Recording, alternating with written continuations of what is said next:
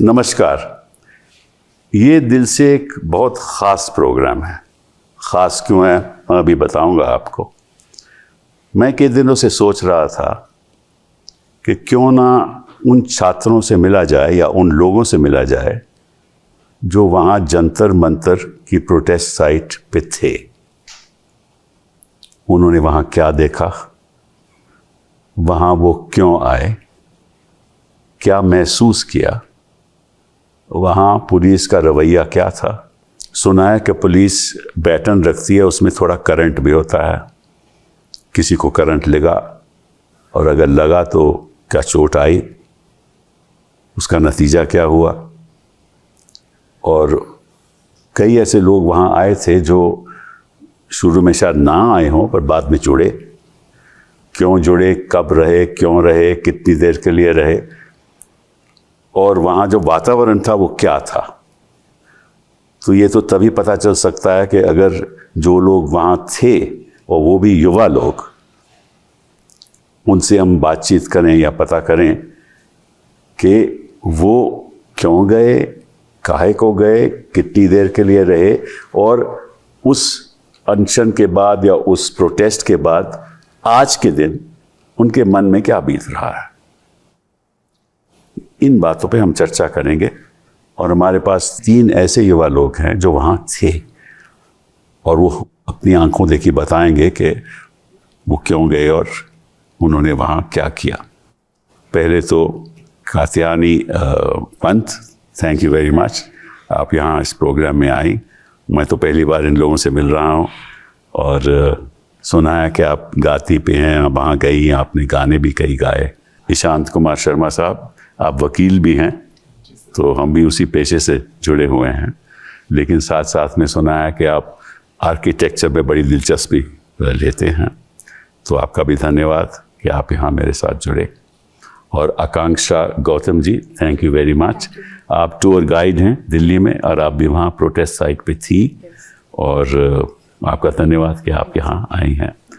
कात्यायनी जी, आपसे मैं पूछना चाहता हूँ कि पहली बार आप कब गई वहाँ? पहली बार मैं 5वें या 6ठे दिन गई होंगी। अच्छा। मेरे एक दोस्त अनशन पे थी। अच्छा। नेहा, तो मैं उससे मिलने गई थी और मैं देखने भी गई थी क्योंकि हम देख रहे थे ऑनलाइन एक मुहिम शुरू हुई है। अच्छा। तो वो ऑन ग्राउंड कैसी थी और क्या हो रहा था, तो मुझे बहुत क्यूरियोसिटी भी थी और मुझे जानना भी था कि कैसे कैसे लोग इकट्ठा हो रहे हो, क्या क्या बातचीत हो रही है। तो मैं एक तरह से अपनी सॉलिडारिटी दर्ज करने गई थी, देखने गई थी क्या हो रहा है और क्या नहीं हो रहा है। तो शुरुआत में तो ये छोटा मोटा प्रोग्राम था ना, ज़्यादा तो इसमें लोग दिलचस्पी नहीं रहते शुरू में छोटा था, बट आई थिंक जब तक मैं भी चली गई थी वहां पे लोग आने लग गए थे, थोड़े बहुत आने लग गए थे। ऑफकोर्स 20 तारीख के आसपास लोग बढ़ गए थे, बट कुछ छोटे छोटे, जैसे मैं देख रही थी कॉलेज खत्म होके बच्चे आ रहे हैं। अच्छा। या नौकरी के बाद लोग आ रहे हैं। अच्छा। क्योंकि लोगों में एक था कि क्या चल रहा है, कुछ तो हो रहा है, सब कोई हमारे लिए बैठा है या कुछ तो बातचीत हो रही है, लोग इकट्ठा हो रहे हैं। तो आई थिंक लोग कहीं और ना जाके, मुझे लग रहा था लोग यहाँ आ रहे हैं, चाहे थोड़े से संकोच से आ रहे हैं कि थोड़े डर से भी आ रहे हैं, पर आ जरूर रहे थे। बट इससे क्या इसलिए आ रहे हैं क्योंकि जो पेपर लीक का मुद्दा है ये एक ऐसा मुद्दा था, सब लोग उससे जुड़ रहे थे, या पेपर लीक के अलावा भी उनके मन में था कि नहीं, ये जो शासन है ये सही नहीं है, गलत रास्ते पे चल रहा है और हमारे भविष्य को खतरा है, ये थी भावना? पेपर लीक के लिए भी बहुत लोग आए थे। अच्छा। बट ऐसे कई लोग आए थे जो अपने अपने मुद्दे लेके आए थे। कैसे? जिनको किसी ना किसी, जैसे मुझे आई थिंक 20 तारीख के दिन ही मुझे कुछ औरतें मिली जो राजस्थान के कहीं गांव से आई थी, कोई साउथ से आया था, और वो आए थे, वो कह रहे थे कि हम इसको, मतलब हम इनको हटा के ही रहेंगे। अच्छा। और उनका कोई नीड से उनको कुछ महसूस हुआ था कि कुछ गलत हो रहा है। अच्छा। या उनका कोई मुद्दा शायद उनके बच्चे के साथ या उनके साथ, या सिर्फ एक समस्या नहीं है ना, ये सारा इंटरकनेक्टेड है। तो वो इंटरकनेक्टेडनेस और वो सिस्टम की जो मार सह रहे हैं हर तरीके से, वो सब लोग समझ रहे थे कि पेपर लीक भी है, जो औरतों के साथ जो केसेस बढ़ रहे हैं वो भी है। अच्छा। जो बहुत सारे लोग अपने अपने, इनफैक्ट 20 तारीख तक आप देखेंगे कि बहुत लोग अपने अपने अलग स्टॉल भी खड़े करके बैठे थे। किसी की आई डोंट रिमेम्बर कौन इंसान थे, बट किसी की शायद डेथ हो गई थी कहीं पर तो, और उनका एक अलग था, उनके अलग लोग थे। तो एक आंदोलन ने या एक मूवमेंट ने और कई लोगों को एक प्रेरणा दी बोलने की। ओ अच्छा। तो बहुत लोग आ रहे थे। तो ईशान, आप काहे को वहां गए और कब गए? मैं जंतर मंतर या जो टॉलस्टॉय रोड है, अक्सर आप मुझे वहीं पाएंगे। इस प्रोटेस्ट के पहले भी बात, परमानेंट साइट है मतलब? हाँ, परमानेंट साइट है वहां पर।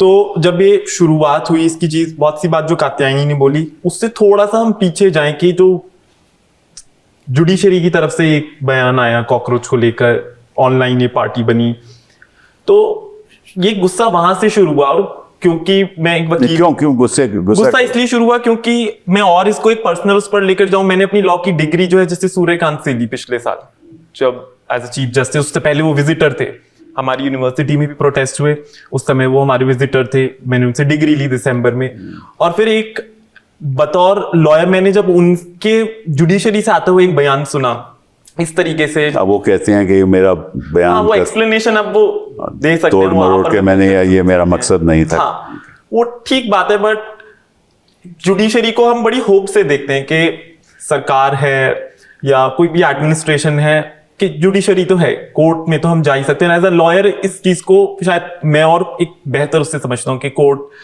कितना कुछ कर सकते हैं जनता के लिए अगर कहीं कुछ नहीं है, और करते आए हैं। तो वहां से एक ऐसा बयान आना, तो वो एक उम्मीद तोड़ देने वाला किस्म का बयान था। तो आप इसलिए वहां गए थे? नहीं, इसकी शुरुआत वहां से ही, और वो कहीं ना कहीं मुझे भी लगा कि अब अगर वहीं से इस तरीके के बयान आ रहे हैं तो फिर हम कहाँ उम्मीद करें। तो वहीं घूमते हुए जब धीरे धीरे सीजेपी का जैसे उन्होंने वहां पर इकट्ठा होना शुरू हुआ, तो इसमें एक और बात है कि अभी जैसे कात्यायनी कह रही थी कि वहां पर बहुत सारे लोग अलग अलग अपने मुद्दों से जुड़े हुए थे। शायद मेरी पीढ़ी के लोग ये इस चीज को नहीं समझते कि जंतर मंतर सिर्फ सीजेपी के प्रोटेस्ट के लिए सिर्फ प्रोटेस्ट साइट नहीं है। वहां पर अगर शायद कुछ लोग उस तरीके का समर्थन नहीं दिखाया गया ट्रांस बिल को लेकर, मैं वहां भी गए, आप कभी भी जाएं जंतर मंतर, वहां आपको 4-10 लोग अपने अलग अलग मुद्दे, गिग वर्कर्स वहां पर कब से इकट्ठे हैं। तो शायद सीजेपी, तो मैं वो सारे मुद्दे, वहां पर बहुत अच्छी सरदार पटेल स्मारक लाइब्रेरी है, उसमें जाते रहते हैं। तो सीजेपी का चल रहा था, तो आते जाते उनकी जो बात है सुनना या लोगों से बात करना जो अलग अलग बात कर रहे हैं आते जाते, तो मैं तो इस तरीके से वहां पर आता जाता रहा। पर जब 20 तारीख को और जो हिंसा हुई या जो घटना वहां घटी, दिल्ली पुलिस पे कहा गया, बच्चों पे लाठीचार्ज किया गया, उसके बाद मुझे ये महसूस हुआ कि अब ये कोई सीजेपी का कोई ये एक संगठन का मुद्दा नहीं है, ये उनका कोई आंदोलन नहीं है, ये मेरे जैसे, अब मेरे जैसे क्या मेरे साथ के लोग यहाँ, कात्यायनी, आकांक्षा है और कितने मेरे दोस्त जो वकील थे, बल्कि एक मेरा दोस्त बैंगलोर से खास इसके लिए आया, वो सिर्फ सुबह और शाम को बैंगलोर वापस चला गया मेरे साथ। वो क्यों आया? क्योंकि यही एक भावना कि अगर हमारे लिए कोई रिड्रेसल का ऑप्शन ही नहीं है, हम अपनी बात कहें किसको, सरकार इतने लंबे समय से नहीं सुन रही। सीजेपी का जब आंदोलन ये ऑनलाइन ही सिर्फ खड़ा हुआ, सरकार ने हर तरीके से कोशिश करी कि इनका ट्विटर बैन किया जाए, इनको मलाइन किया जाए पब्लिक में, क्या आइडेंटिटी के बेसिस पे बोला जाए ये इस तरीके के लोग हैं। तो नीट एग्जाम से जुड़ा हुआ नहीं था ये केवल नीट एग्जाम से जुड़ा हुआ नहीं था, क्योंकि पब्लिक में ये बात शायद इतनी है नहीं कि इस साल जो सुप्रीम कोर्ट में लॉ रिसर्चर का एग्जाम हुआ, वो एग्जाम जो सुप्रीम कोर्ट की रजिस्ट्री कराती है, उसमें खुद इतनी इश्यूज थे जो कि मैंने खुद दिया कि, और जो कि एक बहुत छोटा उसका नंबर ऑफ पीपल हैं जो अपीयर होते हैं नीट से, वो कुछ भी नहीं है, 7-8 हजार लोग हैं, और वो ऑनलाइन टेस्ट था, एमसीक्यू था, उसमें बहुत सारी इरेगुलरिटीज थी। बाद में कोर्ट ने बोला हाँ इनको वेरीफाई करेंगे, उसके बाद तक भी लोग जो final result, bar council exam में भी धांधलेबाजी होती है। हाँ, मुझे नहीं मालूम, बट लोग कहते हैं तो अभी नीट के बाद इस गुजरात में अभी पीछे ही हुआ, फिर उत्तराखंड में हुआ, ये तो रोज के रोज चलता रहता है। अगर सुप्रीम कोर्ट जैसा संस्थान से एक ऐसा स्टेटमेंट आ रहा है सीजीआई के द्वारा, उसके बाद एक एग्जाम जहां पर्सनली मैं देख रहा हूं सुप्रीम कोर्ट खुद करा रहा है, रजिस्ट्री करा रही है उस एग्जाम को, और उसमें भी एक तरीके से भरोसा नहीं रहा है, तो फिर कहां भरोसा, किसकी ओर हम देखें, किससे हम उम्मीद करें। तो मेरे जाने का मोटिवेशन यही था कि कोई उम्मीद, इसके अलावा कोई उम्मीद नहीं दिखती अगर अब हम अपने लिए खुद नहीं बोलेंगे अपनी आवाज। आकांक्षा जी, आप क्यों गई, कैसे गई, कब गई? सर, एक तो जो कॉकरोचेस वाला कमेंट आया था, I think I took it way personally, it did hit me because I work as a tour guide, जैसा आप बता रहे थे, पर वो सब मेरी ज़िंदगी में इसलिए हो रहा है क्योंकि मुझे अपने आप को सस्टेन करना है.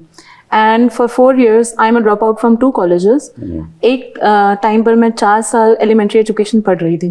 एंड उस टाइम पे because I got to go into like a traditional school, an alternative school, NGO. Why would you drop out?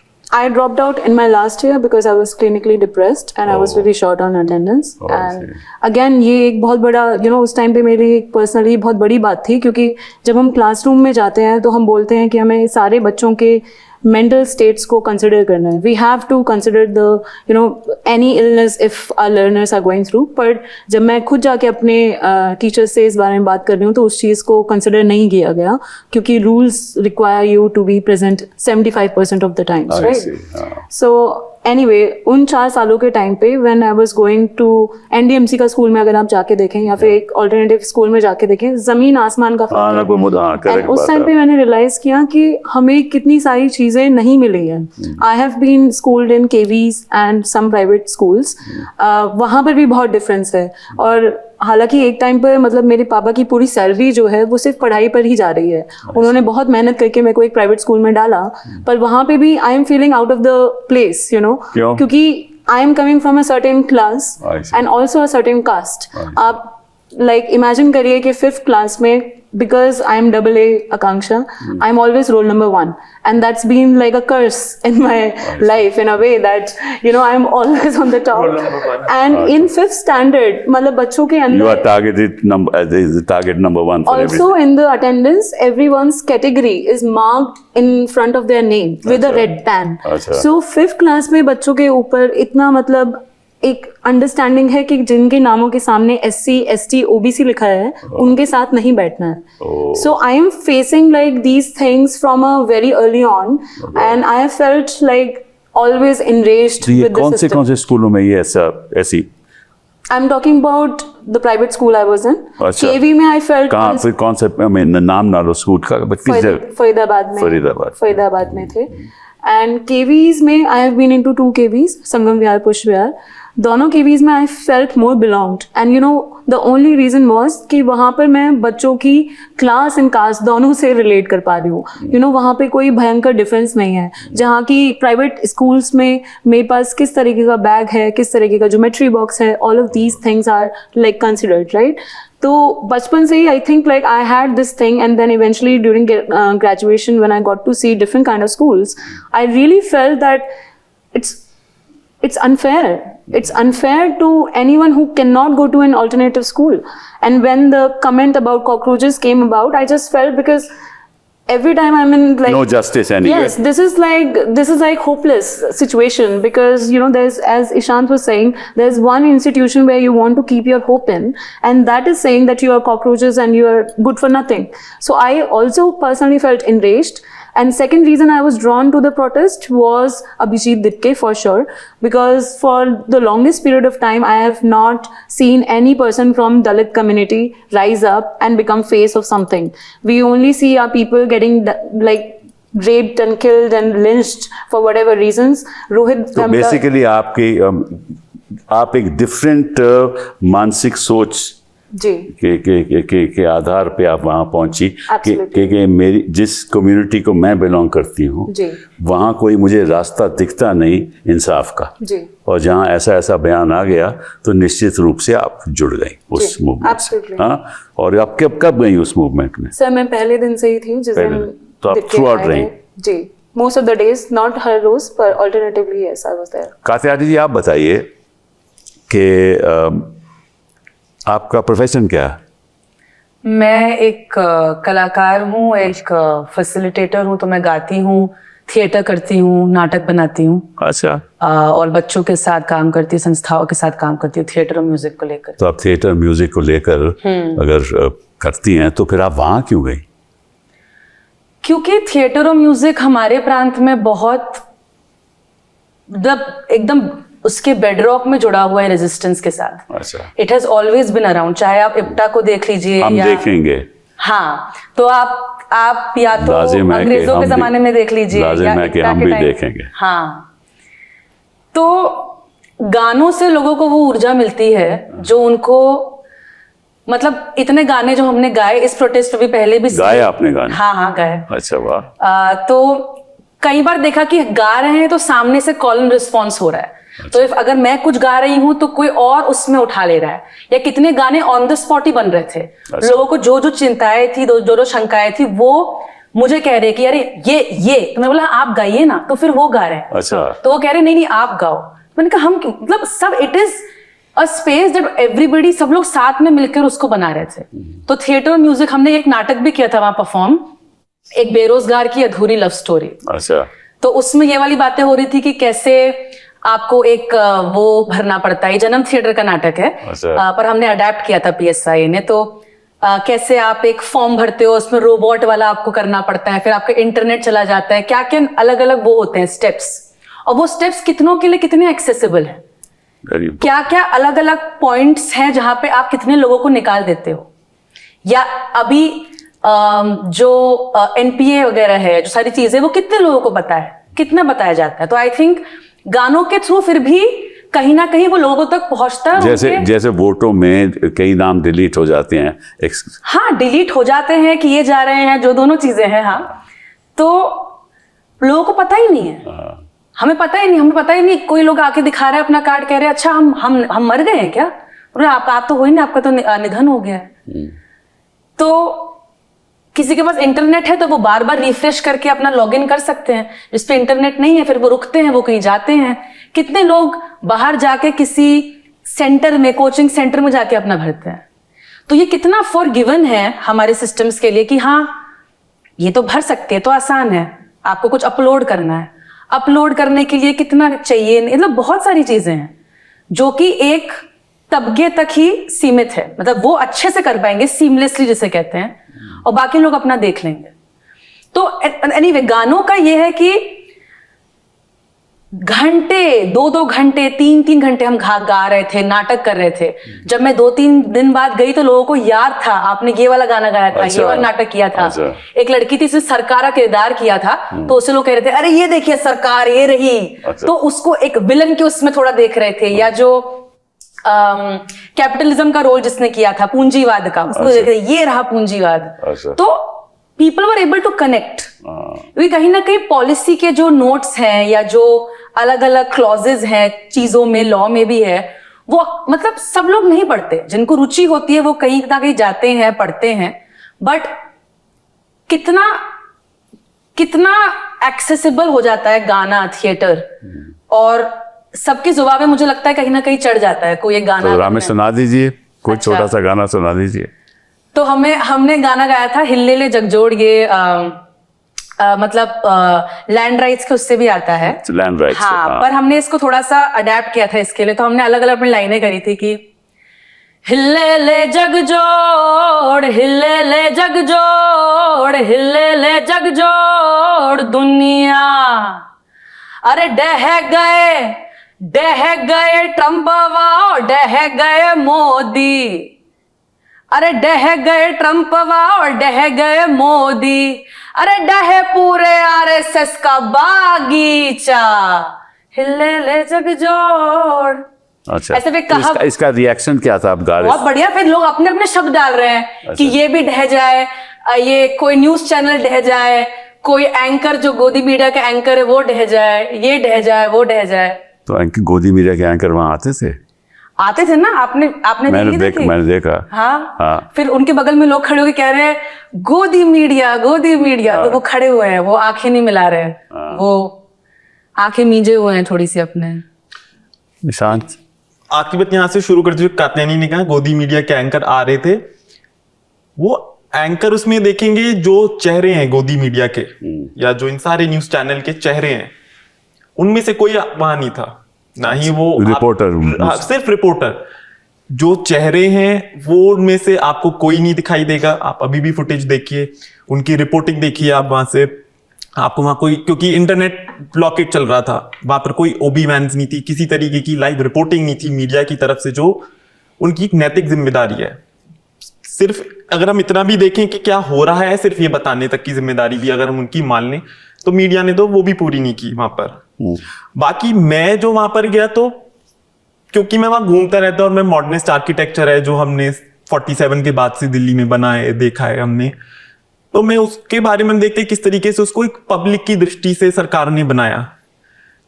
जो सड़कें हैं, पार्क हैं, बगीचे हैं, सबसे अच्छा उदाहरण है उसका सेंट्रल विस्टा।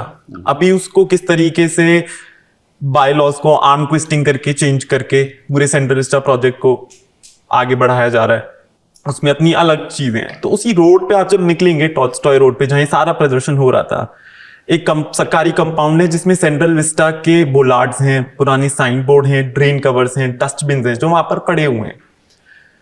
और मैं पहले भी जाता रहा वहां पर, तो मुझे ये महसूस हुआ कि जो पब्लिक स्पेस हमारी खत्म हो रही है, ये शायद उनकी आखिरी निशानी है एक तरीके से, जिनको हम देख सकते हैं। किताबों में, पत्र पत्रिकाओं में जो लेख लिखे जा रहे हैं, ठीक है, वो क्योंकि अब 24 साइकिल है हर आर्टिकल की, हर न्यूज की।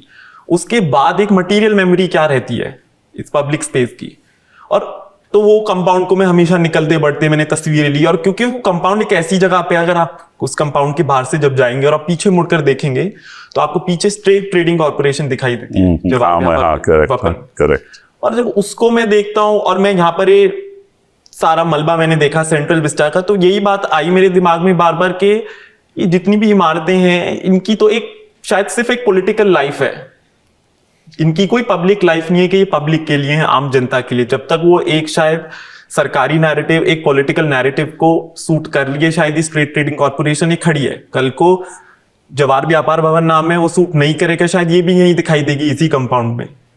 तो जब मैंने देखा कि किस तरीके से वो स्पेस को रिक्लेम किया मेरे जैसे लोगों ने, जो इंपीरियल होटल की दीवार है कि 21वीं सदी में आदमी एक होटल है कि जिसका हम इंपीरियल साम्राज्यवादी शब्द जिसमें इस्तेमाल कर रहे हैं, उसकी दीवार मैंने शायद कभी भी इन प्रोटेस्ट से पहले उस पे मैंने एक धूल, एक तिनका कुछ नहीं देखा उस पे। इस बार देखा, इस बार वो पूरी दीवार रंगी हुई थी, वो मणिपुर की बातों से रंगी हुई थी, वो जनता का जो सरकार के प्रति आक्रोश था उससे रंगी हुई थी। उससे ही थोड़ा आगे जंतर मंतर को जिस तरीके से पब्लिक ने रिक्लेम किया, जंतर मंतर मेरे लिए तो एक यही प्रतीक है, एक रैशनल थिंकिंग, साइंटिफिक टेम्पर, जिन आदर्शों को लेकर शायद इस देश की शुरुआत हुई थी, पर आज वो हर जगह से खत्म हो रहे हैं।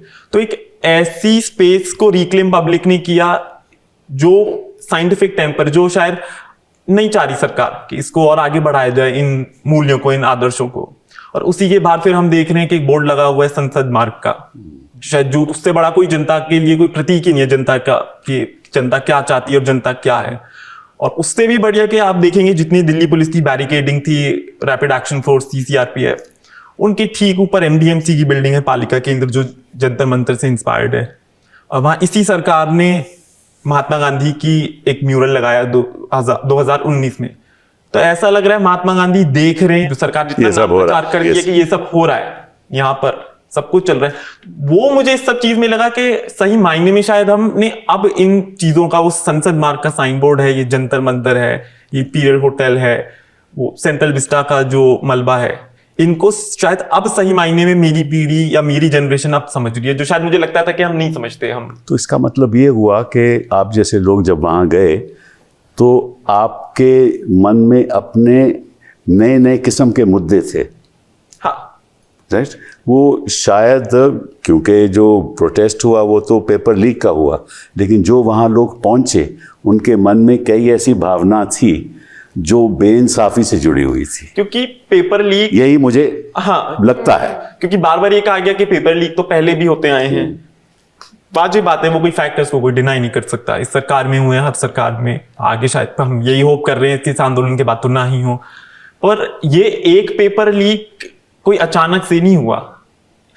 न्यू एजुकेशन पॉलिसी है हमारी, जिस तरीके से एनटीए का गठन किया गया इतने विरोध के बाद, अब यूजीसी और जो और रेगुलेटरी बॉडीज हैं उनको खत्म किया जा रहा है। तो इससे ये एक नीट पेपर लीक की समस्या सिर्फ आगे बढ़नी है, इसके हमें और अलग रूप स्वरूप तरीकों में ये दिखना है। ये नीट पेपर लीक तो सिर्फ शिक्षा का ढांचा का समस्या है। हाँ, ये उसी 100 समस्याओं की सिर्फ एक समस्या है जिसको शायद जनता की उस तरीके से आवाज मिली। आकांक्षा सर, मैंने जब ड्रॉप आउट किया था तो मेरे अंदर जिद थी कि मुझे अपना आर्ट करना है। एंड उस टाइम पे मैं एक चीज़ करना शुरू किया था मैंने, जिसको ब्लैकआउट पोइट्री कहते हैं।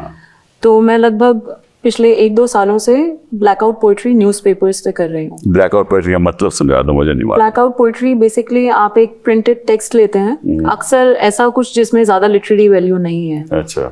तो कॉमन एक टेक्स्ट लेंगे एंड उसमें से आप कुछ शब्द चुनते हैं एंड बाकी सबको आप ब्लैकआउट कर देते हैं एक तरीके से। ओह अच्छा अच्छा। तो अंत में पूरे टेक्स्ट में से आपके पास कुछ एक मैसेज या फिर एक पोइट्री या फिर कुछ बच जाता है। अच्छा। एंड पिछले 1-2 सालों से मैं सिर्फ ये न्यूज़पेपर इसलिए कर रही हूँ क्योंकि आप किसी भी दिन न्यूज़पेपर खोलिए, हर रोज उसमें मतलब दिन से हर रोज एक से एक बदतर न्यूज जो है, रेप्स को लेके, स्टूडेंट्स के साथ जो हो रहा है उनको लेके, औरतों की दशा को लेके, क्वेयर राइट्स को लेके, हर टाइम अगर आप किसी भी दिन न्यूज़पेपर खोलिए उसमें कुछ ना कुछ गलत होता है।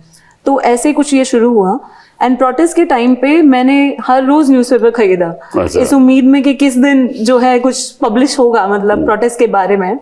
एंड मुझे याद है कि लगभग 14 दिन लग गए, 14-15 दिन लग गए उसको एक न्यूज़ बनने के।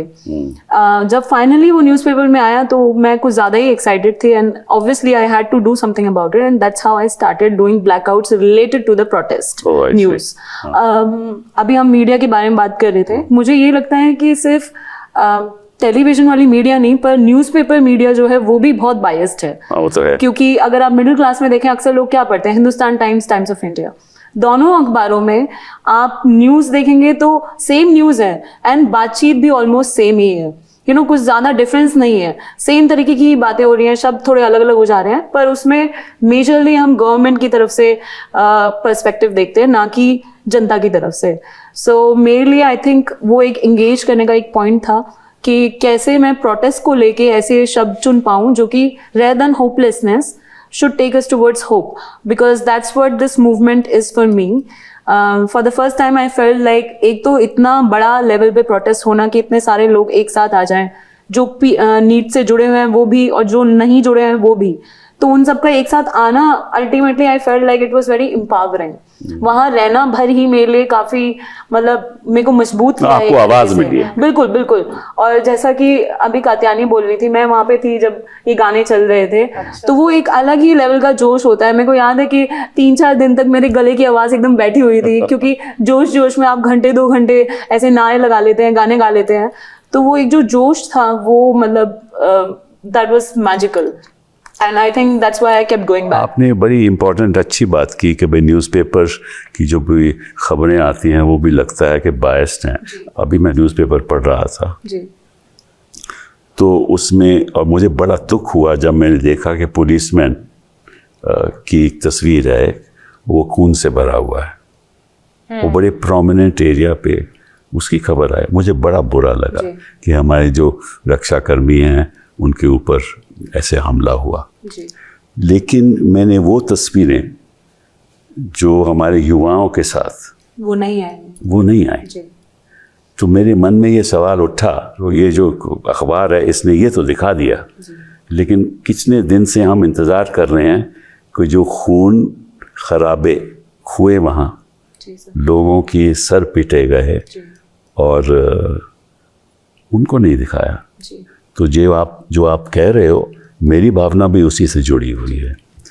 कात्यानी जी, आपसे पूछता हूँ मैं कि चलिए 20 तारीख को, क्या आप जो बोलो उसमें कुछ ऐड कर सकते प्लीज प्लीज। एक्चुअली अब तो उसके बावजूद कि उसके अलावा कि वो खबरें नहीं आ रही है, अभी अभी कल आज में जो लड़कियां प्रोटेस्ट पे थी उनकी ऑनलाइन डॉक्सिंग शुरू हो गई है।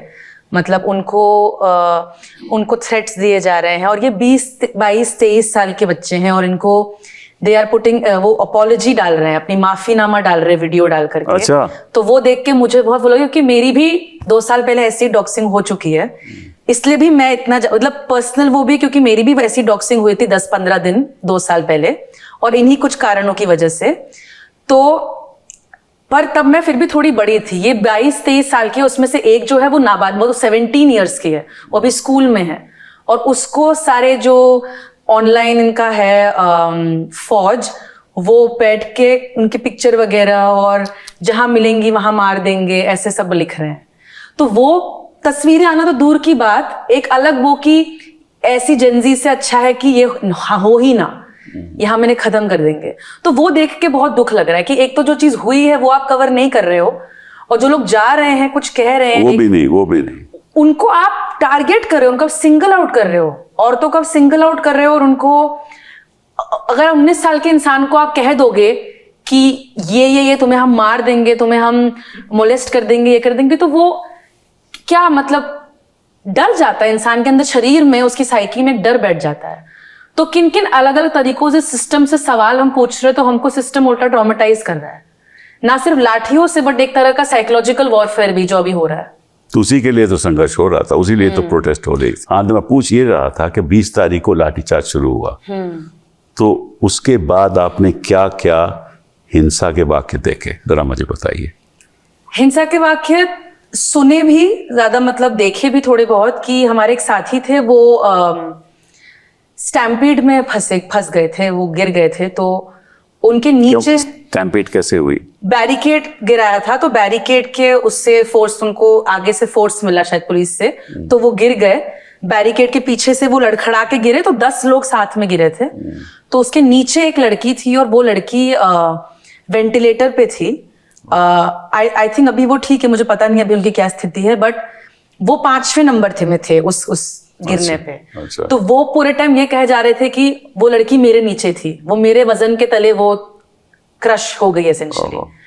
तो और वो चीज वो बार बार दोहरा रहे थे, तो उनको किसी तरह से कंफर्ट करने का हमारे पास कोई तरीका नहीं था उस समय। या वो पुलिस उसको उनको दिख भी रही थी उसके बाद, तो वो मतलब वो बैठे थे, वो ज्यादा ऐसे दिख कोशिश कर रहे थे दबाने की, बट वो फील हो रहा था कि पुलिस ने कोई मदद नहीं की, वैसे ही बैठे रहे, खड़े रहे। और वो लड़की को किसी ने कोई सहायता नहीं की उसकी? हमने ये देखा कि बहुत सारे स्ट्रेचर पे एक के बाद एक, जहां आगे लोग चले गए थे पहला बैरिकेड गिरा करके, तो स्ट्रेचर पे एक के बाद एक लोग आ रहे थे। कोई कह रहा था ये बेहोश है, कोई कह रहा था ये मर गए। मतलब इससे पहले हम फिजिकली वो चीज को देखते, हमारे पास लोगों की कतार दिख रही थी, लोगों को उठाते हुए ले जाते हुए। अच्छा। और ये लोग ज्यादातर स्टूडेंट्स, अच्छा। या बहुत सारे बच्चे भी थे, बहुत सारे बुजुर्ग भी आए हुए थे, पर वो जाए जा रहे थे आगे। बट सामने से मुझे कोई वो नहीं दिख रहा था कि चलो शायद हम एक हल्का हाथ लगा कर ले, या कहीं हम कुछ खोल दे, कहीं जाने दे। और एक मेरी दोस्त कहीं पे हॉस्पिटल में गई थी, लेडी हार्डिंग में, तो वो ये बता रही थी दैट उसके हॉस्पिटल के कंपाउंड के सामने ही एक टीयर गैस फेंका था, तो उसको हॉस्पिटल के अंदर तक वो स्मेल आ रही थी। अच्छा। मतलब आप जो हॉस्पिटल में भी मरीज हैं, उनकी भी लाइफ को आप थ्रेटन कर रहे हो, उनकी भी लाइफ को आप स्टेक पे डाल रहे हो, क्योंकि आपको कोई चीज करनी है अब। तो क्या पता उन्हें क्या ऑलरेडी दिक्कतें हो ना हो। तो ये कुछ चीजें थी जो तो पैलेट गन जो चली, जो रैपिड एक्शन फोर्स हाँ। चले, वो आपने देखा? मैंने देखा नहीं, बट मेरे कई लोगों ने, कई दोस्तों ने डॉक्यूमेंट किया था, पिक्चरें डाली थी, लाइव वीडियो ले करके कि अभी ये टीयर गैस डाल रहे हैं। मतलब हमको दिख रहा था बाद में जब हम गए थे, मैं थोड़ा दूर थी उससे, कि हम फिगर आउट करते, लोगों की हेल्प कर रहे थे ये देखने में, क्योंकि लोग थोड़े परेशान थे, क्योंकि यहाँ से ही बंद हो रहा था, यहाँ से ही बंद हो रहा था, कि अब यहाँ जाए या वहां जाए, क्या करे, मार्च कहाँ हो रहा है। भगदड़ हो रही थी थोड़ी। हाँ। आपने देखा ईशान? इसमें सरकारी दृष्टि से बड़े मजे की बात यह है कि मेरे जैसे लोग जो शायद उस विसिनिटी में नहीं रहते, मेट्रो बंद कर देना, पब्लिक ट्रांसपोर्ट बंद कर देना सरकार की दृष्टि से बड़े मजेदार तरीके से बहुत कारगर साबित हुआ। क्योंकि इस तरीके से जो जंतर मंतर से कुछ दूरी पे रहते हैं, जिन्हें मेट्रो यूज करना होता है, वो पहुंच ही नहीं पाए। और क्योंकि इंटरनेट भी बंद था, तो आप वहां पर ओला, उबर या किस तरीके का ऐप भी यूज नहीं कर सकते। पर जो कुछ मेरे दोस्त पहुंचे, जो वकील ही हैं, वो वहां पहुंचे, उन्होंने डॉक्यूमेंट भी किया। और टीयर गैस से जो है वो जंतर मंतर या उसके आसपास नहीं हुआ, वो जनपद रोड तक हुआ। और वहां पर जो टीयर गैस हो रहा था, तो बचने के लिए और कोई इससे तरीका ना देखते हुए, जो कैफे थे, जो दुकानें हैं पूरे जनपद पे, लोगों को उसमें जाना पड़ा। उसमें मेरी दोस्त भी गई, और वो अभी तक जो टीयर गैस इनहेल करने से जो अभी तक रेस्पिरेटरी इश्यूज हैं, उससे डील कर रही है अभी तक। हाँ, लाठी चार्ज हुआ, उसमें उसके एंकल पर चोट आई, और ये उसने डॉक्यूमेंट भी किया कि किस तरीके से वो भाग रहे, क्योंकि जंतर मंतर से जनपद रोड तक कोई बहुत छोटा डिस्टेंस नहीं है, वो पूरी टॉलस्टॉय रोड जाना। तो वहां से भीड़ को दौड़ाना और एक तरीके से बैरिकेडिंग करके आपने पहले तो ट्रैप कर लिया, उसके बाद आप लोग जैसे ही वहां से अगर निकले, आप टीयर गैस कर रहे हैं। तो इस सब में जो सवाल बार बार आ रहा है कि भाई कारण क्या था? हाँ, वो बेचारे को कर तो रही थे पीसफुल प्रोटेस्ट। ऐसा अगर वहां पर टॉल्स्टॉय रोड तक भी लोग इकट्ठे थे, वो जनपद तक भी इकट्ठे हो जाते, तो उसमें ऐसा क्या था, ऐसी क्या जरूरत आ पड़ी, क्या उसके पीछे का क्या रीजन था, क्या लॉजिक था कि ये सब कुछ जो 20 तारीख को घटना घटी कि वो करना जरूरी हो गया, या इंटरनेट पर बैन करने का इस तरीके से? क्योंकि अब हम सीजेपी का वो तो घबरा रहे होंगे ना कि अगर इंटरनेट चालू रहे, हाँ, सब कुछ ऑनलाइन ही हो गया, हाँ, तो फिर लोग भी और आना शुरू हो जाएंगे, ये बातें लोगों को पता चल जाएंगी, उससे रोष बढ़ जाएगा, ये सब भी तो और है। ये तो शायद सरकार को इससे एक सरकार के लेसन लेना चाहिए कि ये तो सारा प्रोटेस्ट ही ऑनलाइन शिफ्ट हो गया, जो एक ऑनलाइन इस सेंस में गए, क्योंकि मीडिया ने तो अबैंडन कर दिया, उन्होंने तो कभी इन मुद्दों को उठाया ही नहीं, वो थे ही नहीं वहां पर, इसमें बोला ओबी वैन नहीं थी, एंकर नहीं थे, कोई नहीं थे वहां पर। तो जब खुद ही लोगों ने अपने हाथ में इस चीज को लेकर डॉक्यूमेंट करना शुरू किया कि वो वहां पर से वीडियो बना रहे हैं अपने घर जाके, या जहां कहीं इंटरनेट आ रहा है मंडी हाउस में थोड़ा बहुत, वहां इस चीज को अपलोड करना, तो और वो मेट्रो भी बंद कर देना, हर रोज एक नया मेट्रो स्टेशन बंद करते हैं, उसके अलावा लोगों ने एक नया मेट्रो स्टेशन ढूंढ लेना। अच्छा, कि जब जंतर मंतर बंद, जनपद बंद किया गया, मंडी हाउस बंद किया, 14 किए, फिर 16 किए, तो लोगों ने नई दिल्ली ढूंढा, वहां से ऑटो वालों ने भेजना शुरू किया। तो ये तो शायद सरकार के लिए आगे की एक सीख है कि जो पुराने तरीके हैं शायद जनता को समझने के जनता के बातों को, आवाज को दबाने के, शायद वो इस पीढ़ी के साथ नहीं काम करेंगे।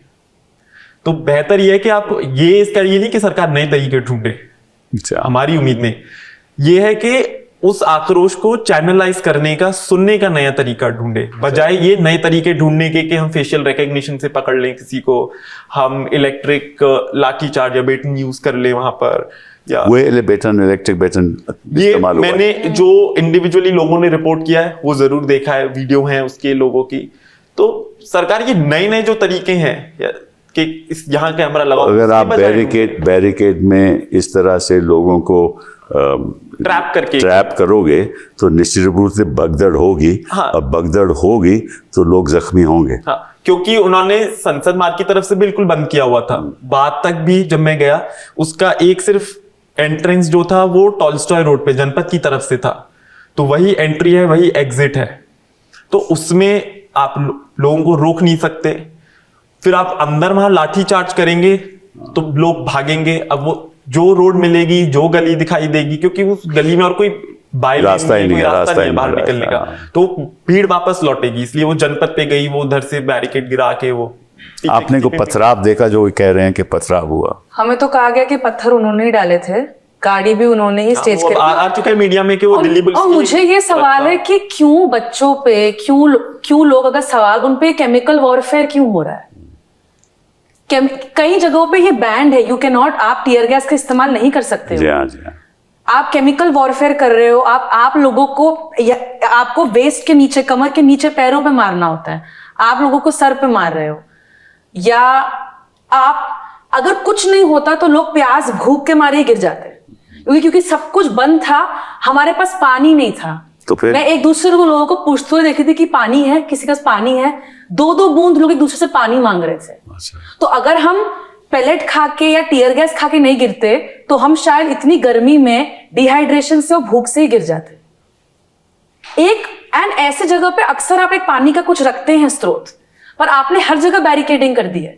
नहीं, लेकिन आ रहे थे, खाना भी आ रहा था। वो बहुत बात की बात है। 20 मार्च के दिन पानी नहीं था हमारे पास। अच्छा। जो अगर चल रहे हैं या कहीं आगे पहुंच गए, उनका पानी खत्म हो गया है, सारी दुकानें बंद हो गई है, सब जगह बैरिकेडिंग है, पानी कहाँ से आती है?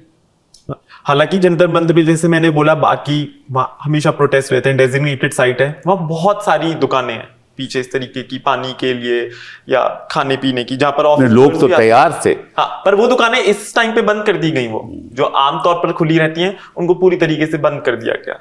तो आकांक्षा जी, अब आपने क्या देखा, हिंसा का जो वाक़या देखा आपने? सर 20 तारीख को मैं, जो ट्रक था जहाँ पे सारे लोग थे, उसके आगे हमने एक औरतों की एक बहुत लंबी कतार थी। अच्छा। तो उसमें मैं थी, एंड दीज वर लाइक एकदम फ्रंट में, हमारे पीछे सारे आदमी थे एंड उनके पीछे वो ट्रक है। So basically women were like on the border with the police. जब लाठी चार्ज हुआ, और लाठी चार्ज इसलिए हुआ क्योंकि पीछे से धक्का आ रहा है, औरतें भी, क्योंकि धक्का आ रहा है तो वो धक्का आगे लग रहा है पुलिस तक, एंड अचानक से पुलिस ने लाठियां लेके ना लड़कों को देखा ना लड़कियों को देखा। उन्होंने पहले 2-3 बार लाठी जो है जमीन पे मारी और फिर घुमा घुमा के सबको मारने लगे। इस टाइम पे आई लिटरली सॉ कि लाठी मतलब जैसे घुमा के मारनी होती है, वो उसकी बजाय लेडी कांस्टेबल लाठी को कोने से मार रही है, एंड वो भी लाइक प्राइवेट पार्ट्स में लड़कियों को। आपने खुद देखा? मैंने मेरे सामने 2 लड़कियों को ऐसे मारा गया है, जिसके बाद वो जोर जोर से वहीं बैठ के, because the pain was so intense, they sat down and started crying. एंड उसके बावजूद जब उन्हें दिख रहा है कि वो बैठ गए हैं दर्द से, तब भी पुलिस जो है आके उन्हें भगा रही है, डांट रही है। ये अंदर का था। इसके अलावा मेरे भाई को आने में थोड़ा टाइम लग गया, तो वो बाहर की तरफ थे जहाँ पे गेट नंबर 2 है जनपद का। तो आई सॉ हिज वीडियो जहाँ पे टीयर गैस का जो बॉम्ब होता है उसके सिर के बस इतने से गैप में, 2 इंच के गैप के ऊपर से निकल के गया है। सो हम समझ सकते हैं कि अगर आप टीयर गैस का गोला अगर किसी के सिर में जाएगा तो क्या होगा उनके साथ में। जहां तक पैलेट गन की बात हो रही है, मेरा ही एक बैचमेट रहे हैं कॉलेज वार्ड में, एक मेरे दोस्त हैं जिनको पैलेट गन एक्चुअली में लगी है। He is one of the petitioners in Supreme Court, right. So ऐसा नहीं है कि इन लोगों के साथ ये नहीं हुआ या फिर दिल्ली पुलिस ने ऐसा नहीं किया। अभी हम टीवी पे देख रहे हैं, जैसे आज कत्यानी बोल रही हैं कि बहुत सारी छोटी लड़कियां जो है वो मजबूर हैं माफी मांगने के लिए, और मेरे को वो देख के मतलब और ज्यादा गुस्सा आ रहा है, क्योंकि आई फील लाइक अगेन उनको वो जस्टिस नहीं मिला है। जहां इतनी सारी छोटी लड़कियों को मारा गया है दिल्ली पुलिस के द्वारा, वहां वो लड़कियां वापस आके अब सॉरी बोल रही है। तो ये किस तरीके की जस्टिस है?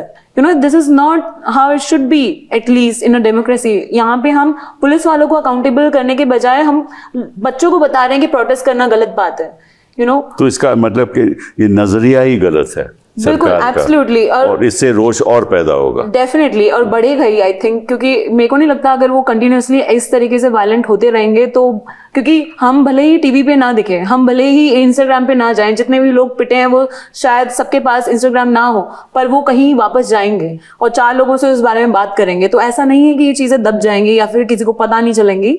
मेरे को लग रहा है कि वो जितना सप्रेस करने की कोशिश करेंगे वो उतना ज्यादा प्रेशराइज होंगे वापस आने के लिए और प्रोटेस्ट दोबारा करने के लिए।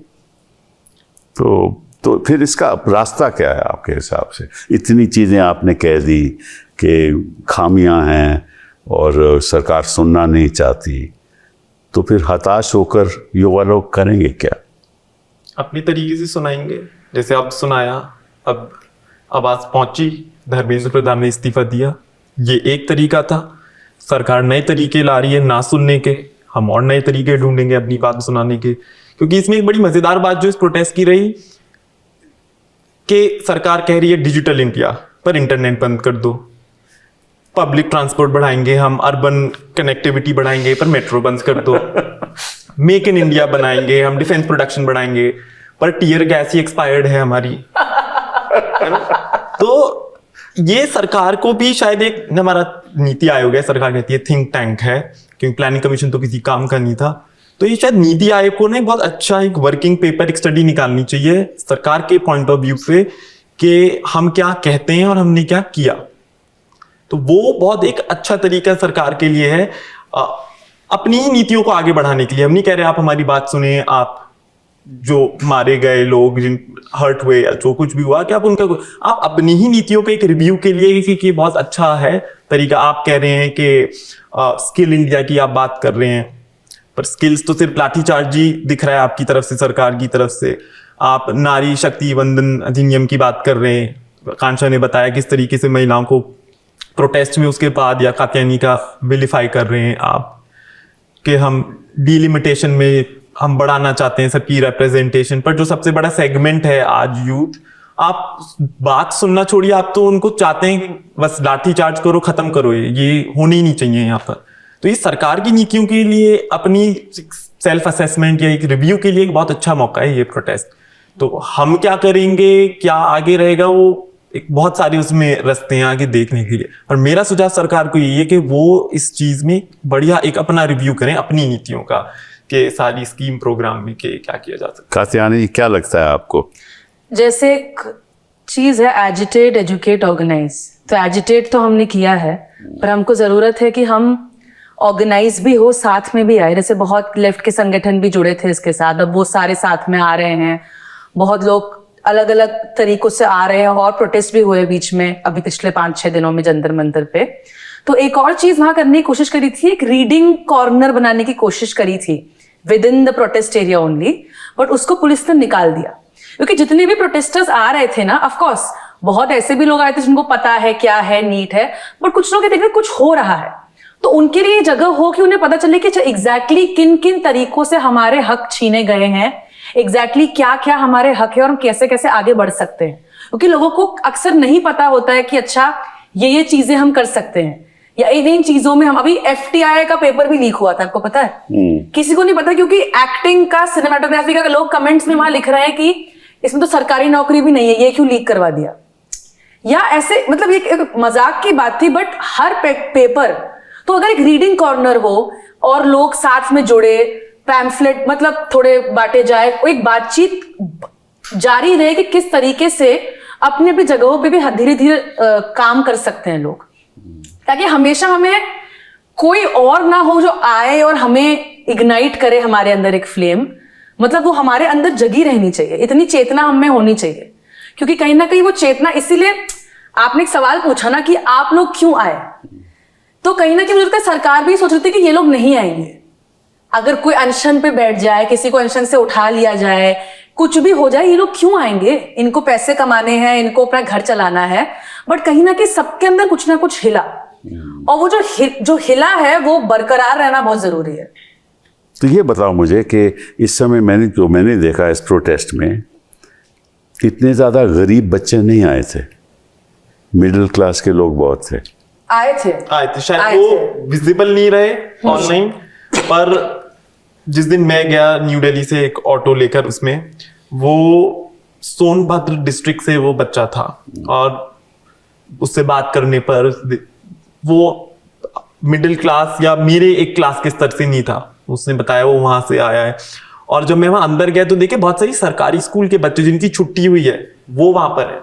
नहीं वो तो ठीक है, लेकिन जो हम आर्टिकुलेशन देखी, जो लोग बोल रहे थे, बच्चियां और बच्चे बोल रहे थे, वो मिडिल क्लास से लगते थे। मैं, हो सकता है मैं गलत हूं। नहीं सर, आप सही हैं, पर मैं ये भी बोलूंगी कि अक्सर जो बच्चे अच्छे से नहीं बोल पाते हैं, आप उनकी बाइट नहीं लेना चाहेंगे, है ना? तो वो बच्चे, और बल्कि मैं इसमें एक बात और ऐड करना चाहूंगी कि मैं पर्सनली बहुत प्रिविलेज्ड रही हूँ कि जब मैं कॉलेज में थी तो मैं ये इंसान बनी हूँ जो मैं अभी बात कर सकती हूँ। मैं बहुत ही इंट्रोवर्टेड थी पहले से, पर ये कहीं ना कहीं वो एजुकेशन की वजह से चेंज आता है, that you find your voice, कि मैं जो बोल रही हूँ उसकी भी एक इम्पोर्टेंस है।